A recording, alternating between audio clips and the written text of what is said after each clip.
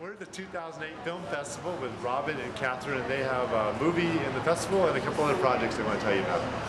Yeah, we have an installation called Meadow that's going to be next Saturday, February 2nd from 5 to 8 at the Patty Louise Gallery with 3 videos going simultaneously and live music by Jim Connolly.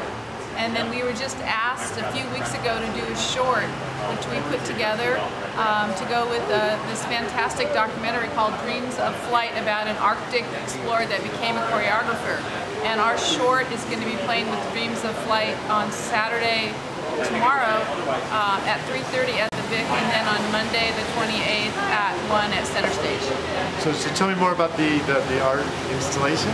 The installation? Well, yeah. What's it going to be involved? What's going to happen there? Catherine can talk about it. Well, it's 3 films showing, and we have them on, one is showing on paper, one will be showing on the ceiling, and one on the screen. And we try to create an environment. There'll be some beautiful music playing there, and you come in and we're working towards a sense of wonder when you come in, because the films are very nature orientated, so that's what we're aiming for.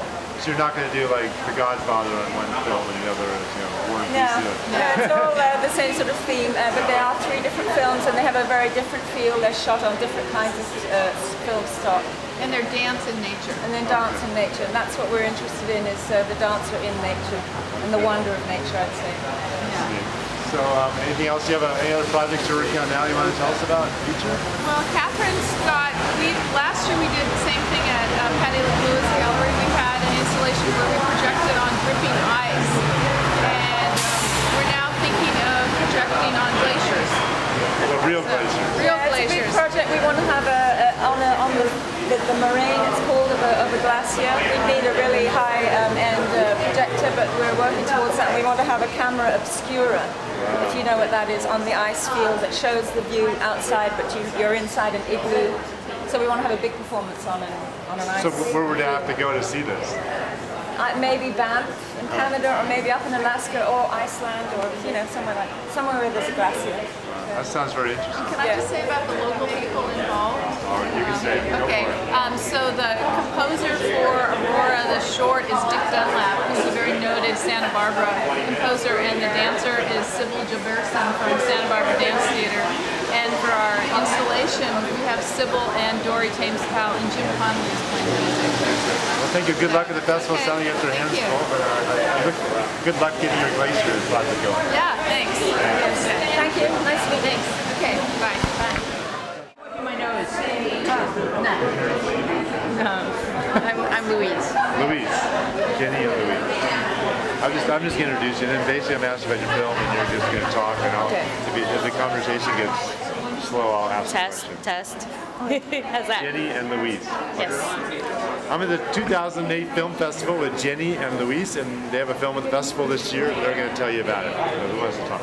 Our film is called We Played Marbles, and the film documents 11 Holocaust survivors who live in the Santa Barbara community, and it's a Jewish Federation of Greater Santa Barbara Film, and we've really been very enriched by having had this experience.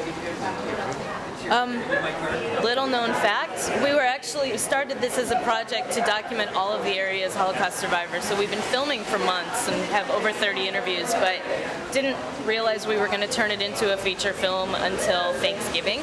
So we basically did what should have taken over a year in about 5 weeks. So we're now hoping when the festival's over to start recovering some of the sleep that has been missed for a couple of months now. So what are the age ranges of the Holocaust survivors in Santa Barbara? Are you good at math? I am, actually. I'm really good at math.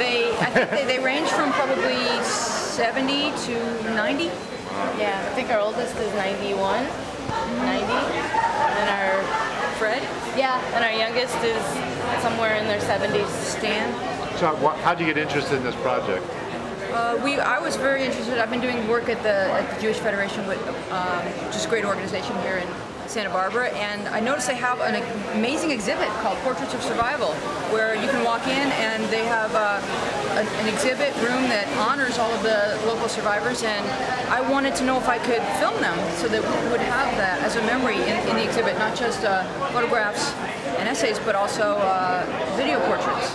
And so I started interviewing them, and then one thing, as it does in film, one thing leads to another, and the next thing you know, you finish the film. So we're thrilled, and for me the honor was just getting to know these amazing individuals, and what they have to say, is just such a contribution to young people and to everyone. So what's the usual story of how a Holocaust survivor ends up in Santa Barbara? Is there a typical path that they take? Not at all. It's interesting. They all have such different stories, but in interviewing as many people as we did, the 11 that are in the film really had common threads in their just graphic, detailed descriptions of their childhood and how beautiful their childhood was and their life was before. And that, I think, Louise really picked up on that and started saying, hey, we've got something here that we can show to the kids who come through the exhibit. And it started as a short educational piece and grew into this. And how long is the movie? 74 minutes. Wow, so what days is your movie showing, and how can people see it?